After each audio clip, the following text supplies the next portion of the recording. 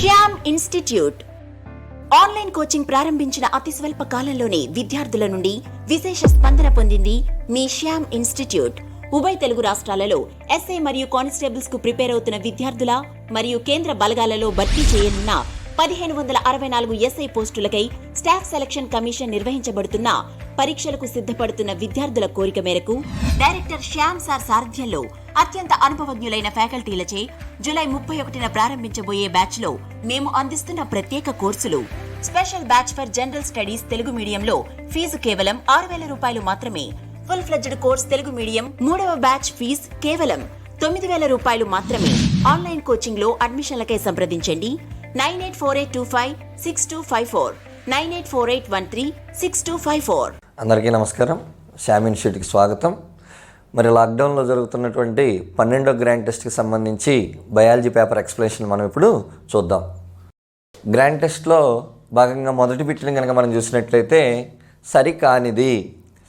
సరికానిది అన్నాడు. ఆర్థాలజీ కీళ్ల అధ్యయనం, ఒడెంటాలజీ దంతాల అధ్యయనం, హెపటాలజీ కాలేయ అధ్యయనం, కార్డియాలజీ మెదడు అధ్యయనం. మనకు అడిగింది సరికానిది కాబట్టి 1, 2, 3 కరెక్ట్ అయ్యాయి. 4వదైన కార్డియాలజీ మెదడు అధ్యయనంగా ఇచ్చాడు. మరి కార్డియాలజీ అంటే గుండె యొక్క అధ్యయనం కాబట్టి సరికానిది అనగానే 4వది సరికానిది.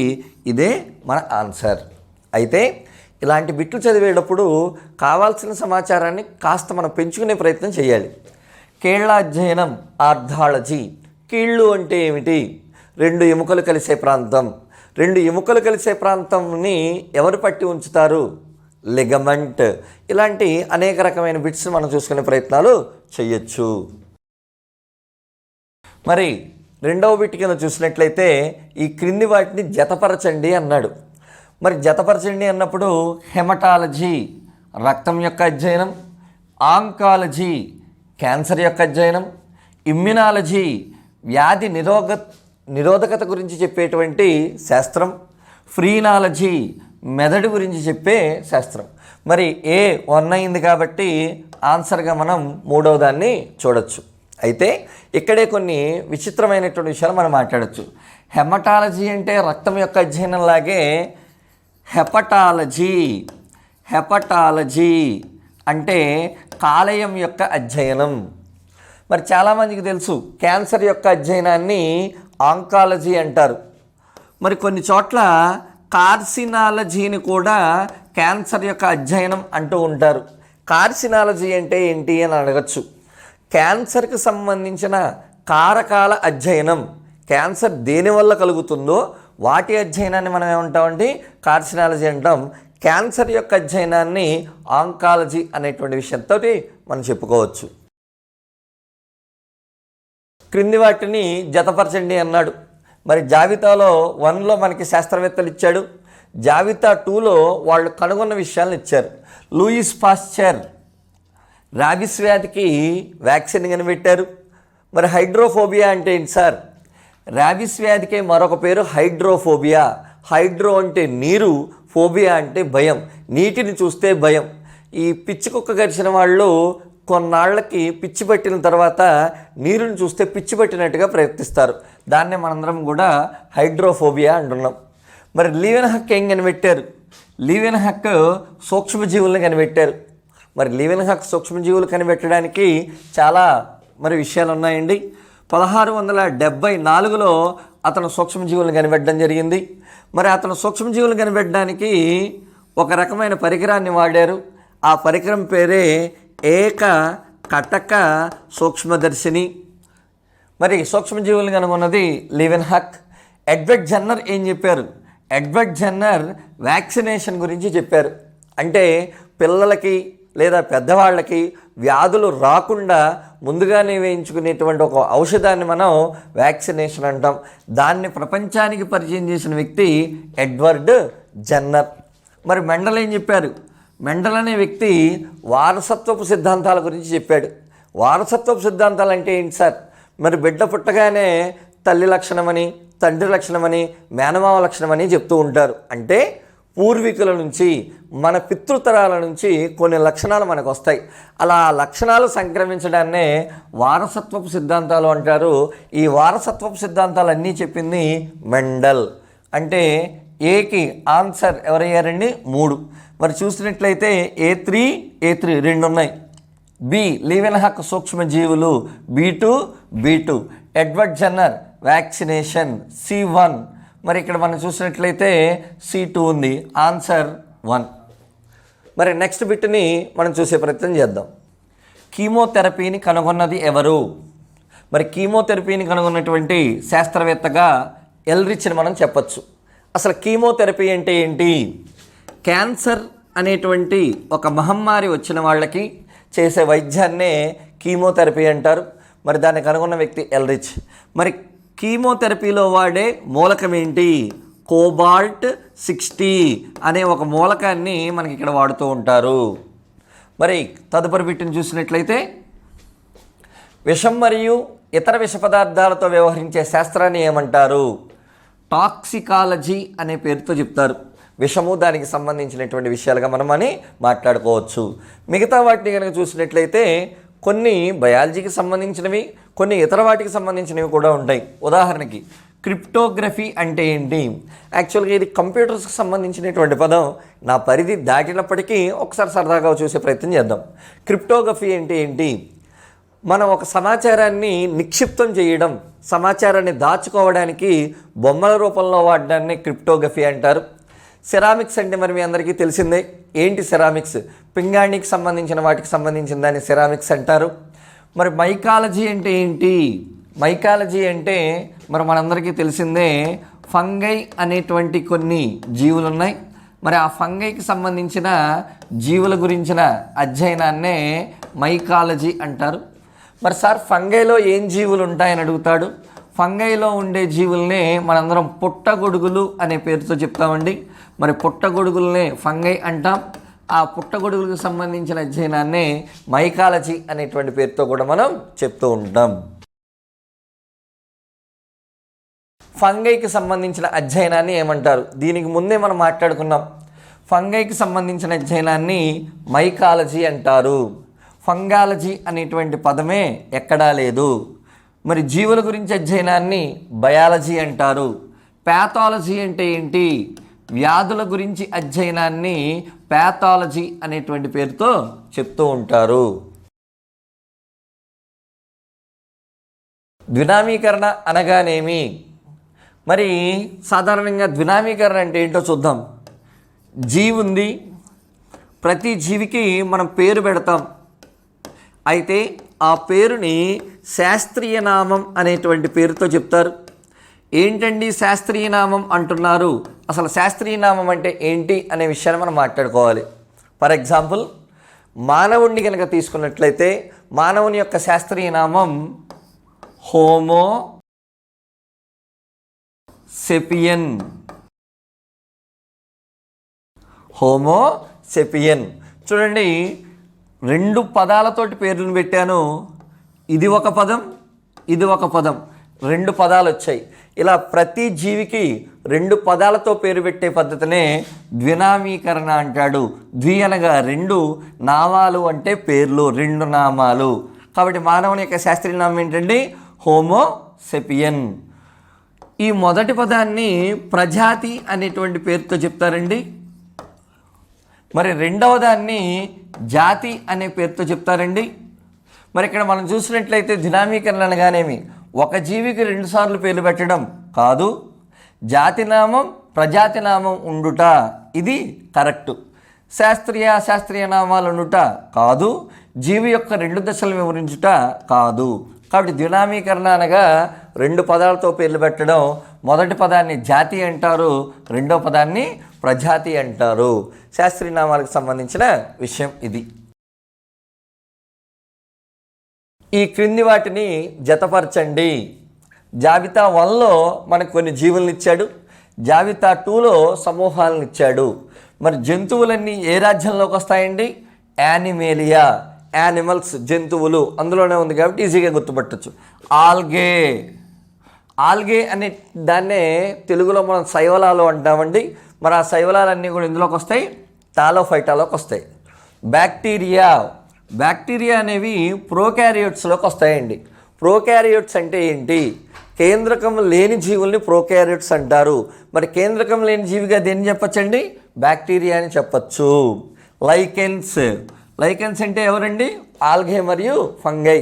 శైవలము శిలీంధ్రము రెండు కలిసి ఉంటే దాన్ని లైకెన్స్ అంటాం. అంటే జంతువులన్నీ యానిమేలియా 3, A3, B ఆల్గే, తాలోఫైటా అనగా ఎంతండి? తాలోఫైటా 4.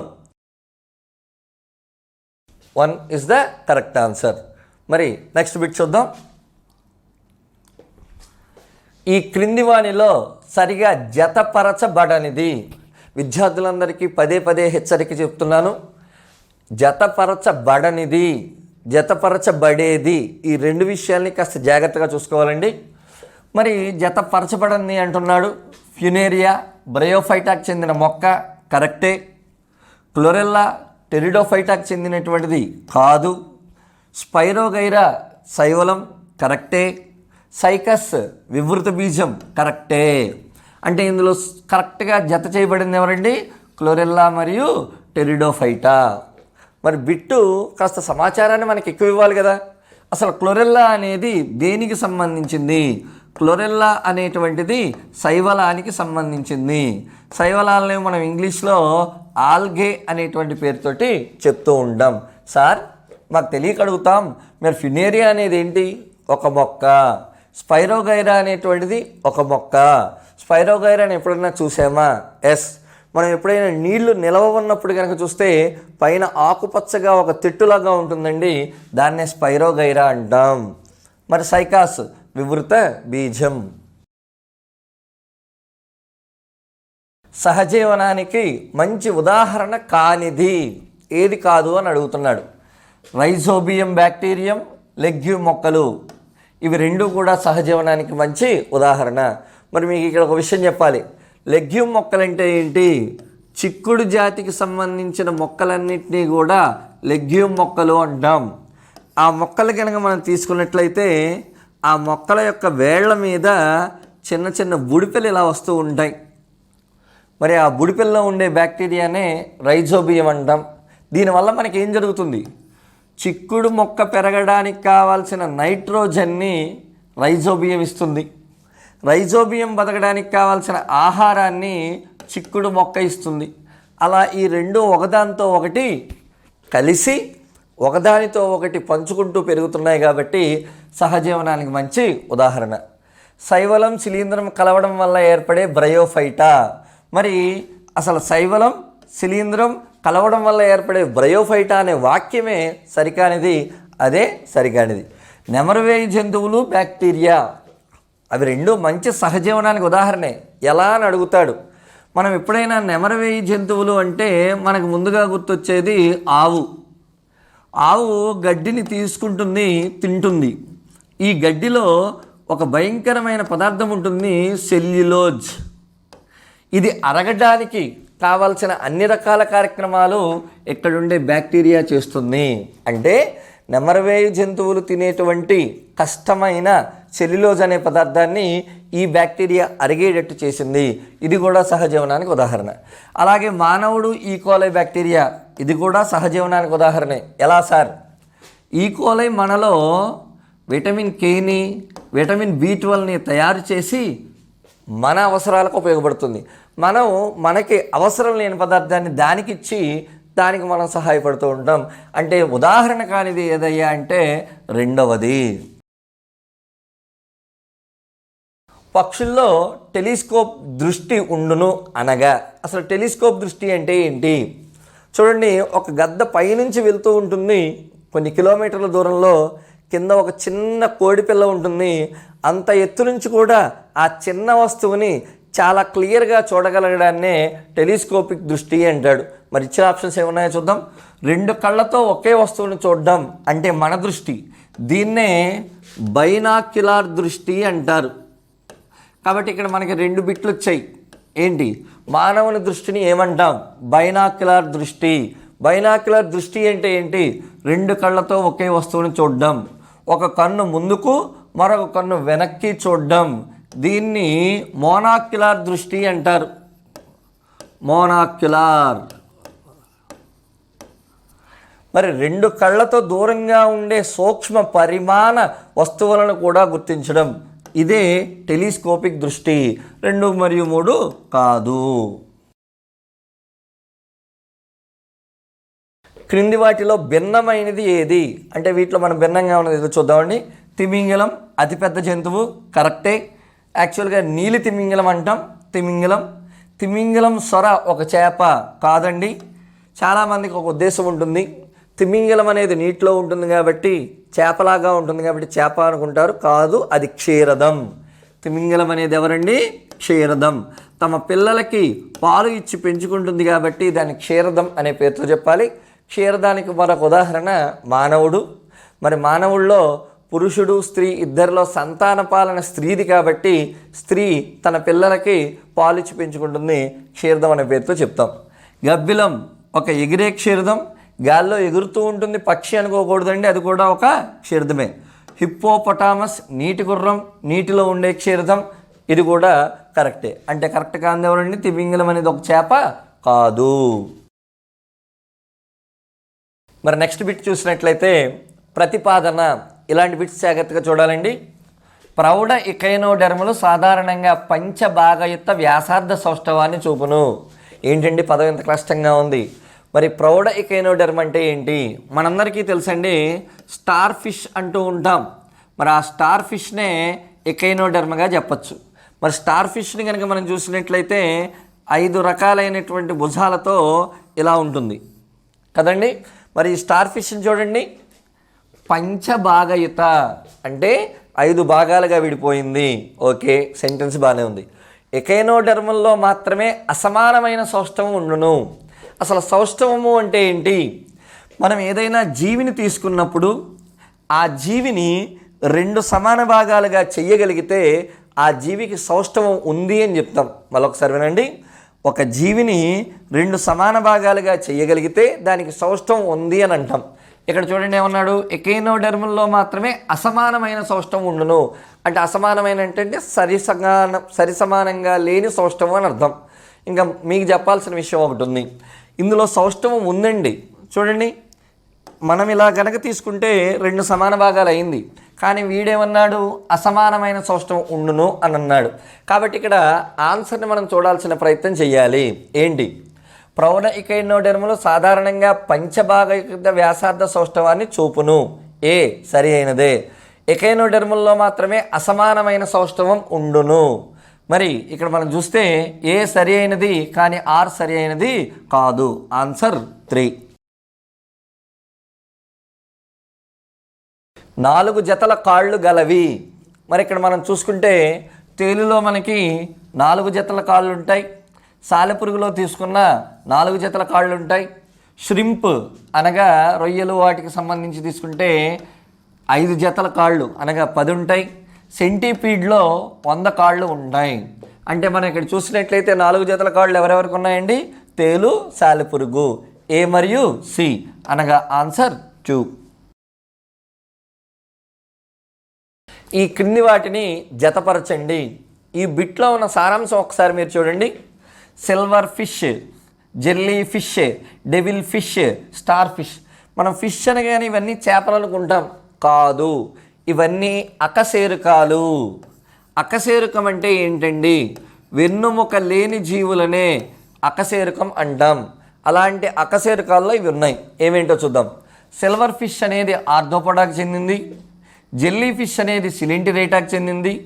డెవిల్ ఫిష్ అనేది మలస్కాకి చెందింది. స్టార్ ఫిష్ అనేది ఎకైనోడెర్మాటాకి చెందింది. అంటే ఈ వర్గాలలో ఈ జీవులు ఉన్నాయని అర్థం. లెగ్యూమ్ మొక్కల వేర్లలో క్రింది జీవి సహజీవనం చేయడం వలన వేరుబుడిపెలు ఏర్పడును. ఆల్రెడీ గతంలో మనం ఇంతకుముందు మాట్లాడుకున్నాం, మరొకసారి చూద్దాం. ఈ లెగ్యూమ్ మొక్కల వేర్లలో వేరుబుడిపెలను ఎవరు ఏర్పరుస్తారు? Rhizobium bacteria. మరి దీని గురించి కాస్త వివరణ మనం చూద్దాం. మరి నేను ఒక చిక్కుడు జాతి మొక్కను తీసుకున్నాను. మరి ఆ చిక్కుడు జాతి మొక్క యొక్క వేర్ల మీద ఒక బుడిపె ఉంది. దీన్నే వేరు బుడిపె అంటారు. మరి ఆ వేరుబుడిపెలో ఎవరుంటారు? వేరుబుడిపెలో కనుక మనం చూసినట్లయితే రైజోబియం అనే బ్యాక్టీరియా ఉంటుంది. ఓకే, ఇదేం చేస్తుంది? వాతావరణంలో ఉన్న నత్రజనిని రైజోబియం బ్యాక్టీరియా తీసుకుని నత్రితాలుగా మారుస్తుంది. నత్రితాలు అంటే ఏంటి? ఇది ఒక రకమైన ఎరువు అనుకోండి. దీనివల్ల మొక్క బాగా ఫాస్ట్గా పెరుగుతుంది. అంటే మొక్క లాభపడింది. ఇక్కడ రైజోబియం బ్యాక్టీరియాకి ఆహారము లభించింది. కాబట్టి దీన్నే మనం ఇక్కడ సహజీవనం అనే పేరుతో చెప్పాం. ఇందులోంచి బిట్లేం అడుగుతాడు? లెగ్యూమ్ మొక్కలు అంటే ఏంటి? చిక్కుడు జాతికి చెందిన మొక్కలు.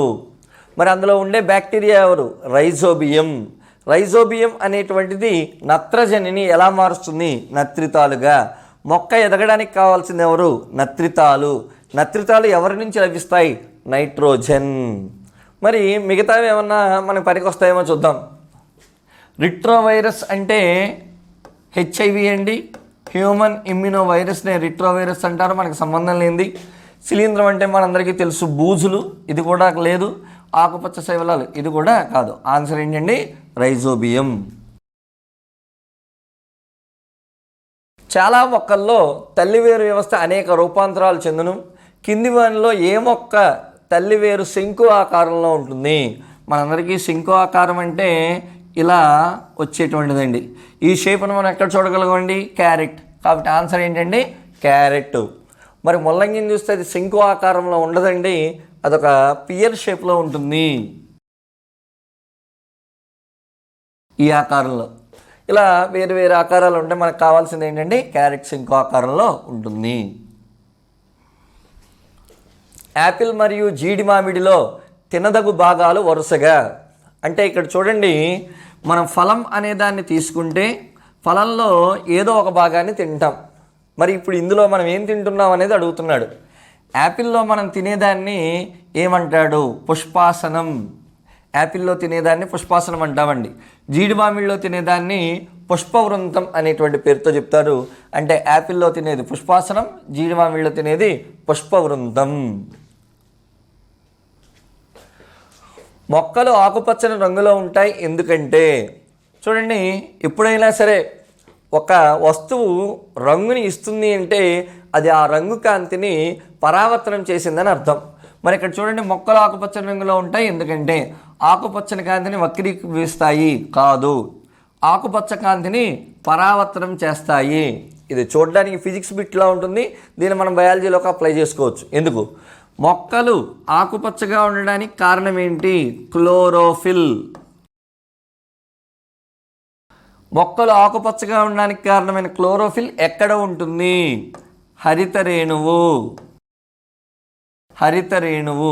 కాబట్టి ఇంకో రకంగా కూడా అడగచ్చు, మొక్కలు ఆకుపచ్చగా ఎందుకు ఉంటాయంటే క్లోరోఫిల్ వల్ల, ఎందుకు ఆకుపచ్చగా ఉంటాయంటే హరిత రేణువు వల్ల. అల్లం ఒక కాండ రూపాంతరం కానీ వేరు కాదు ఎందుకనగా, మరి మనం చూసినట్లయితే ఆహారాన్ని నిల్వ చేయడం వలన, పత్రహరితం లేకపోవడం వలన, అల్లంలో కణుపు మధ్యమాలు ఉండడం వలన పైవేవి కావు. అల్లాన్ని ఎందుకు కాండం అంటున్నామని అంటాడు. మనం అల్లాన్ని కనుక తీసుకున్నట్టయితే ఒకసారి చూడండి, ఎప్పుడైనా అల్లం దగ్గర చూసుకుంటే అక్కడక్కడ మనకి ఇలా చిన్న చిన్నగా కణుపులు ఉంటాయండి. యాక్చువల్గా కణుపులు అనేటువంటివి మనకి ఎక్కడ కనబడాలి? కాండం మీద కనబడాలి. ఎప్పుడైతే ఈ కాండం మీద ఇవన్నీ ఉన్నాయో అందుకే అల్లాన్ని మనం కాండం అని పిలవాల్సి వచ్చింది. కాండం అనేది మనం ఎందుకు అయ్యింది అంటే కణుపులు కణుపు మధ్యమాలు ఉండడం వలన. ఈ క్రింది వాటిని జతపరచండి. గ్జీరోఫైట్స్. మరి గ్జీరోఫైట్స్ అంటే ఎక్కడుండే మొక్కలండి? ఎడారిలో ఉండే మొక్కలు. లిథోఫైట్స్ రాళ్ల మీద ఉండే మొక్కలండి. హైడ్రోఫైట్స్ నీటి మీద ఉండే మొక్కలండి. ఎపిఫైట్స్ మొక్కల పైన ఉండే మొక్కలు. కాబట్టి ఇందులో చూడండి, A2 2 ఉన్నాయి, B1 ఆన్సర్ ఏంటండి? 3. కిరణజన్య సంయోక్రియలో ఆక్సిజన్ విడుదలవుతున్నట్టుగా తెలియచి ఈ ప్రయోగంలో ఉపయోగించి మొక్కలు ఏం చేస్తామండి, ఒక చిన్న బేకర్ తీసుకుని ఒక చిన్న గరాటు పెట్టి అందులో ఒక మొక్క నుంచి ఈ మొక్కను మొత్తాన్ని కూడా ఎండలో ఉంచుతాం. ఎండకి కిరణజన్య సంయోక్రియ, ఎండ అనకూడదండి, కాంతి కిరణజన్య సంయోక్రియ జరిగి ఆక్సిజన్ విడుదలవుతూ ఉంటుంది. ఈ ప్రయోగం చిన్నప్పుడు చేసాం. వాడు ఏమడిగాడు, ఆక్సిజన్ విడుదల చేసే ప్రయోగంలో ఉపయోగించే మొక్క ఏది, హైడ్రిల్లా.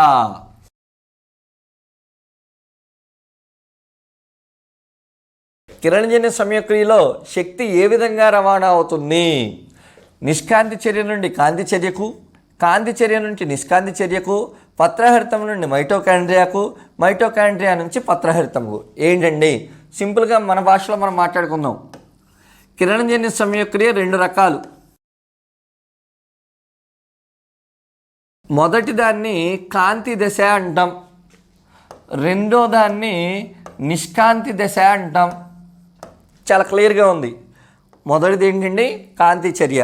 ఇక్కడ ఏం ఏర్పడతాయి, సమ్ ఏటీపీలు అనే శక్తి ఏర్పడుతుంది, ఎన్ఏడిపిహెచ్లు అనే శక్తి కూడా ఏర్పడుతుంది. ఇవి ఏర్పడి నిష్కాంతి చర్యలోకి వెళ్ళి అక్కడ మనకి గ్లూకోజ్ని ఏర్పరుస్తాయి. అంటే ఇచ్చిన బిట్టును మనం ఒకసారి చూసుకోండి.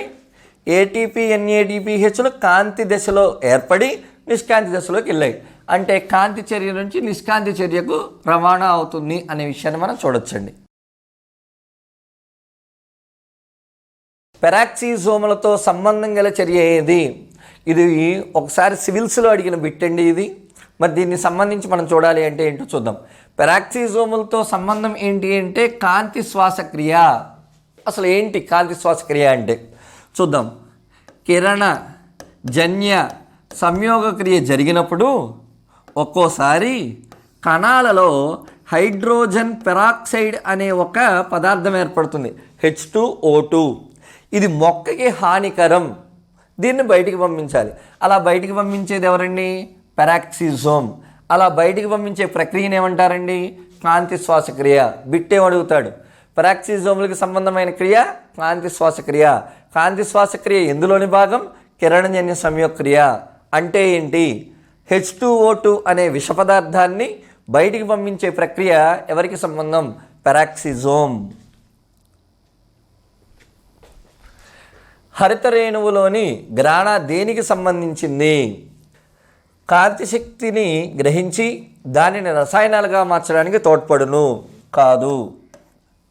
కార్బన్ డైఆక్సైడ్ నీటి నుండి చక్కెర సంశ్లేషణకు జరుగుతుంది, నీటిని విచ్ఛిన్నం చేయడం కాదు. కిరణజన్య సంయోగక్రియలో ఏర్పడిన చక్కెరలను పిండి పదార్థాలుగా మార్చడానికి. మరి ఆన్సర్ బి మరియు డి. మొక్కల్లో జరిగే కిరణజన్య సంయోగక్రియ వలన మానవునితో సహా భూమి మీద ఉన్న జీవరాశులన్నీ మనుగడ సాగిస్తున్నాయి. ఏ శాస్త్రవేత్త ఈ సిద్ధాంతాన్ని ప్రతిపాదించి నోబెల్ పురస్కారాన్ని పొందాడు? మరి మీకు చెప్పాల్సింది ఒకటేనండి, మెల్విన్ కాల్విన్ అనే వ్యక్తి పొందారు. ఇతను దేని గురించి చెప్పారు, C3 వలయం అనే దాని గురించి చెప్పారు. ఆ C3 వలయం గురించి చెప్పినందుకు గాను అతనికి నోబెల్ ప్రైజ్ వచ్చింది. C3 వలయం అంటే ఎందులో భాగం, కిరణ జన్య సంయోగక్రియలోని భాగం. క్రింది కనబరిచిన ఏ సుగంధ ద్రవ్యము కాండము నుంచి లభించును?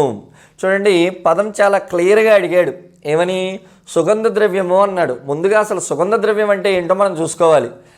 అల్లం సుగంధ ద్రవ్యం కానే కాదు, నట్మెగ్ సుగంధ ద్రవ్యము కానే కాదు. అంటే ఇక్కడ మనకి మిగిలిన సుగంధ ద్రవ్యాలు ఎవరెవరండి, దాల్చిన చెక్క, పసుపు. మరి ఇప్పుడు ఒకసారి చూడండి, ఏ సుగంధ ద్రవ్యం కాండము నుండి లభించును అన్నాడు. ఏ దాల్చిన చెక్క, డి మరియు పసుపు.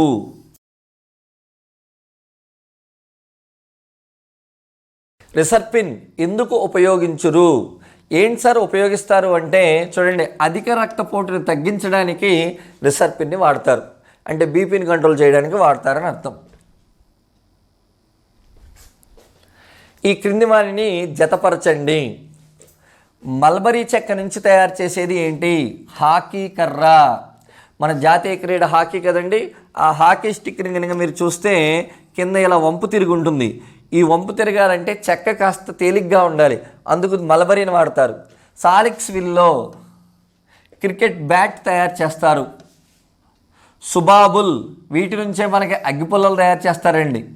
ఐవరీ పామ్ బిలియర్డ్స్ కర్ర, ఈ స్నోకర్ అనే పేరుతోటి ఆడుతూ ఉంటారు బిలియర్డ్స్ అని. అందులో ఒక కర్ర పొడుగ్గా ఉంటుంది, ఆ పొడుగైన కర్రన ఐవరీ పామ్తోనే తయారు చేస్తారు. అంటే A1 B2 C3 D4 అనగా ఆన్సర్ 1. తేయాకులో కుంకుమ తెగులకు కారణం. మరి ఈ బిట్టు ఆల్రెడీ సివిల్స్లో ఒకసారి అడిగాడు, జాగ్రత్తగా వినండి. తేయాకులో కుంకుమ తెగులుకి కారణం ఎవరు? బ్యాక్టీరియా కాదు, శిలీంధ్రము కాదు, వైరస్ కాదు, శైవలం. ఆశ్చర్యంగా ఉంది కదండి. శైవలాలు అసలు ఎవరికి హాని చెయ్యవు, కానీ అలాంటి దాంట్లో కూడా ఒక చెడబుట్టింది ఉంది, అదే సెఫల్యూరస్. ఈ శైవలం ఏం చేస్తుందంటే తేయాకులో రెడ్ రస్ట్ అనేటువంటి ఒక వ్యాధిని కలగజేస్తుంది. కాబట్టి మనకి బిట్ ఇక్కడ ఏం గుర్తుండాలండి? తేయాకులో తెగులు కారణం ఎవరు? ఒక శైవలం. శైవలం పేరేంటి? సెఫల్యూరస్. ఆ వ్యాధి పేరేంటి? Red rust. క్రింది కనబర్చిన వ్యాధుల్లో ఏది బ్యాక్టీరియా వల్ల వచ్చును? సిట్రస్ డైబ్యాక్ అంటే దేనివల్ల వస్తుంది? వాతావరణం సరిగా లేకపోవడం వల్ల వచ్చే వ్యాధి. గోధుమలో టండో వ్యాధి బ్యాక్టీరియా వలన వస్తుంది. వేరుశనగలో టిక్కా వ్యాధి శిలీంధ్రం వలన వస్తుంది. టమాటాలో ఆకుముడత వైరస్ వలన వస్తుంది. ఇచ్చిన బిట్లో ఏమడిగాడండి? బ్యాక్టీరియా వల్ల వచ్చేది అడిగాడు. అంటే గోధుమలో టండు వ్యాధి. మొక్కల వ్యాధులకు మొదట కనుగొనబడిన శిలీంద్ర నాశిని ఏది? అందరికీ తెలిసిందే, బోర్డాక్స్ మిశ్రమం అనేటువంటి దాన్ని తొలిసారిగా కనిపెట్టబడిన శిలీంద్రనాశిని. మరి DDT అంటే ఏంటండి? DDT అంటే కీటకాలను చంపేది. నైట్రోజన్ అంటే మొక్కలు పెరుగుదలకు కావాల్సింది.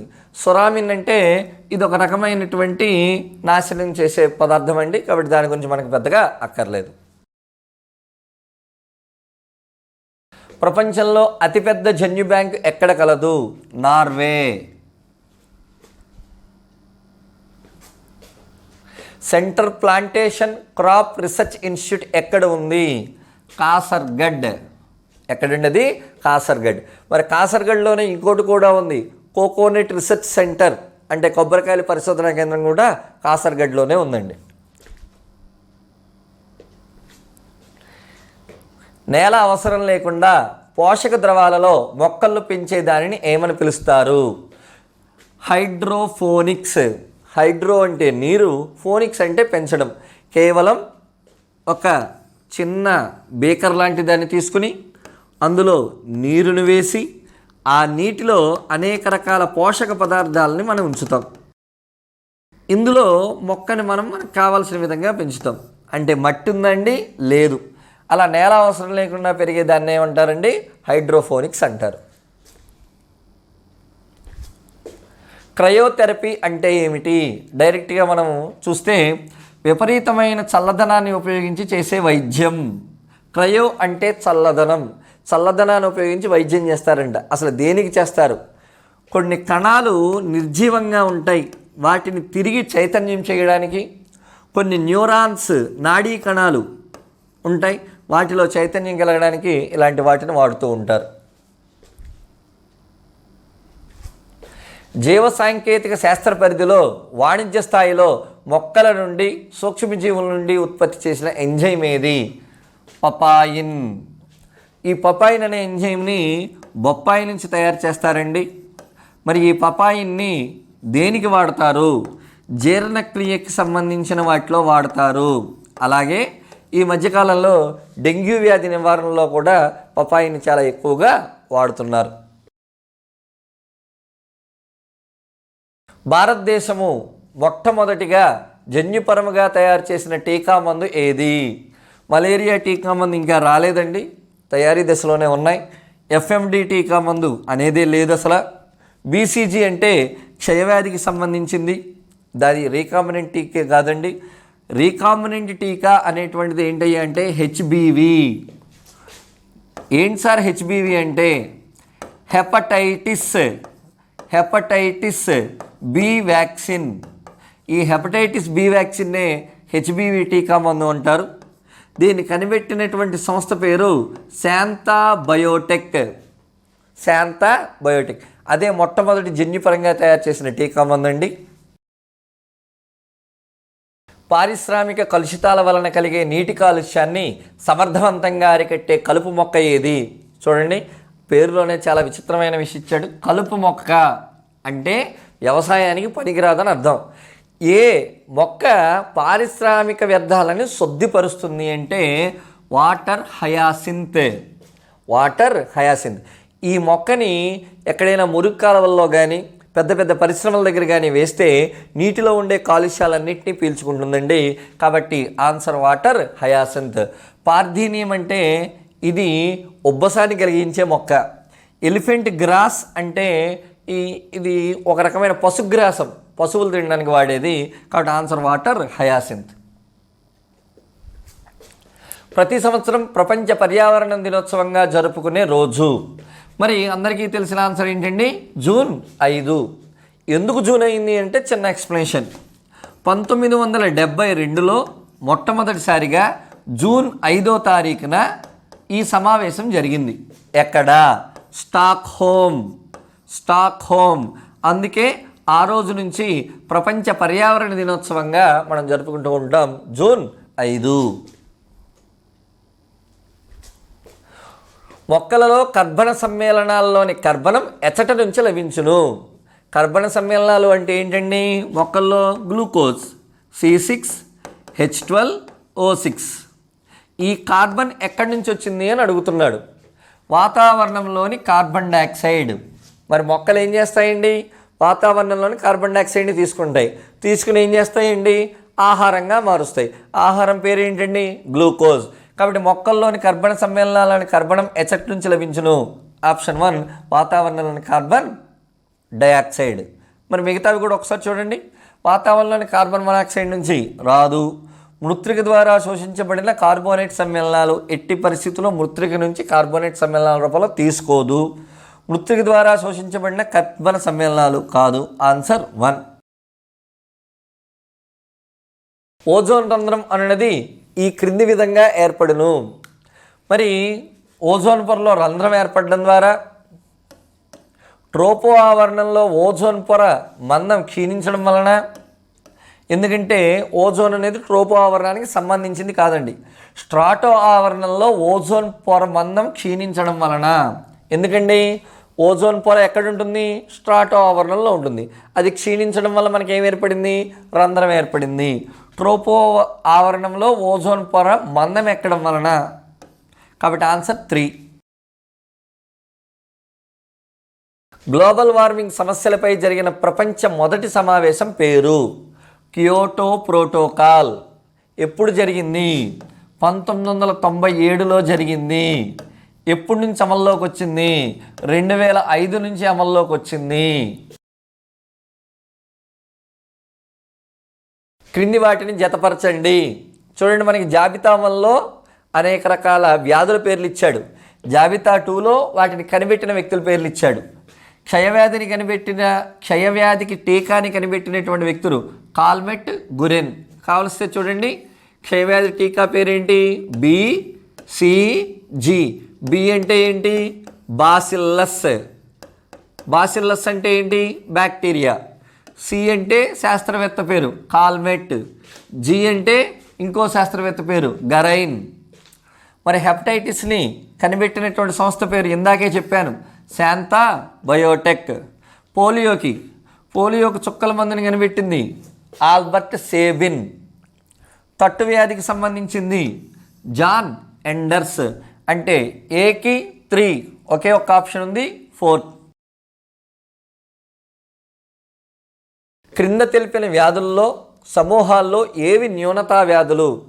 అసలు న్యూనతా వ్యాధులు అంటే ఏంటో తెలుసుకోండి. లోపం వల్ల వచ్చే వ్యాధులు, పోషకాహార లోపం వల్ల వచ్చే వ్యాధుల్ని న్యూనతా వ్యాధులు అంటాం.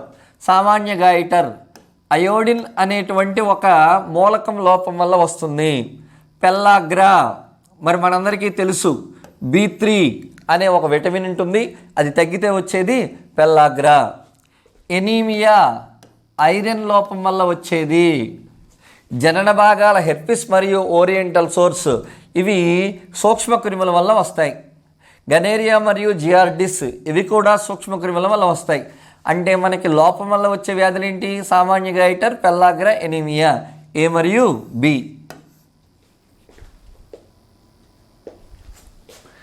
ఒక కేంద్రక పూర్వజీవి నిజ కేంద్రక జీవితో ఎట్లు విభేదించును, రెండింటికి తేడా ఏంటి అని అడుగుతున్నాడు.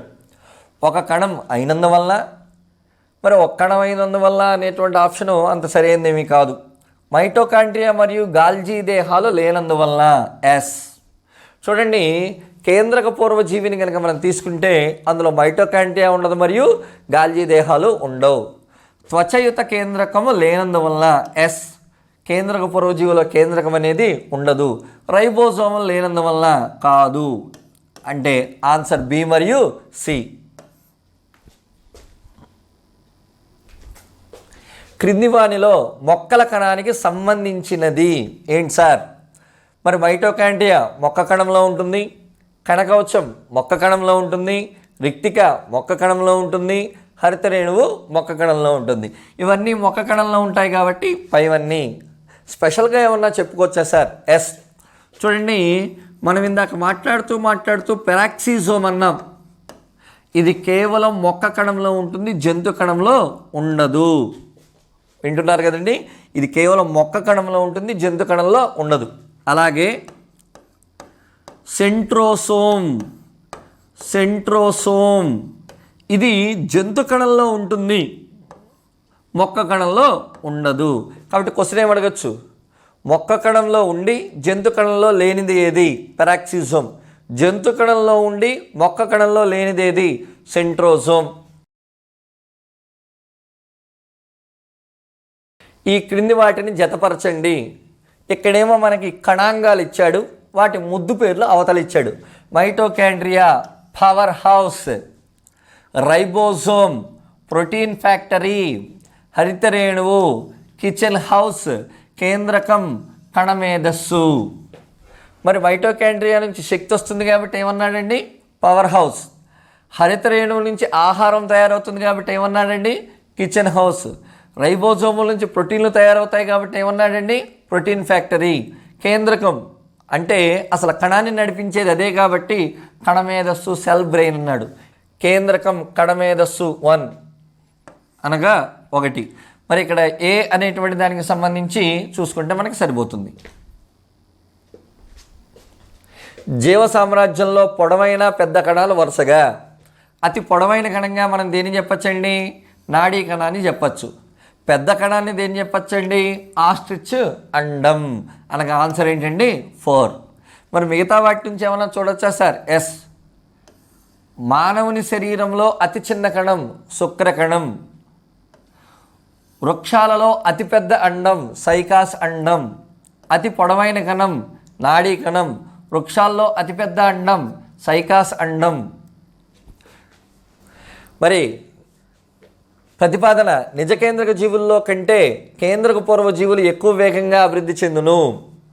కారణం, కేంద్రక పూర్వ జీవుల్లో క్రోమోజోములు పొట్టిగా మందంగా ఉండి కండెతంతు పరికరం ఏర్పడకపోవడం. ప్రతిపాదన ఏ అనేది కరెక్టు, ఆర్ అనేది కరెక్టు.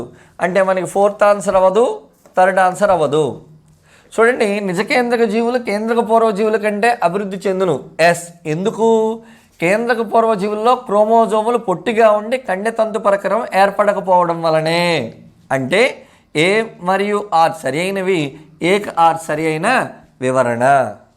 మరి ఈ ఎక్స్ప్లెనేషన్ని విద్యార్థులందరూ ఉపయోగించుకుని లాక్డౌన్ సమయంలో మీ యొక్క విలువైన సమయాన్ని ఉద్యోగ సాధనకి కృషి చేసుకుంటారని కోరుకుంటూ, శ్యామ్ ఇన్స్టిట్యూట్ ఇచ్చిన ఈ అవకాశాన్ని వినియోగించుకుంటారని కోరుకుంటూ, మీ అమ్మా నరేష్ సార్.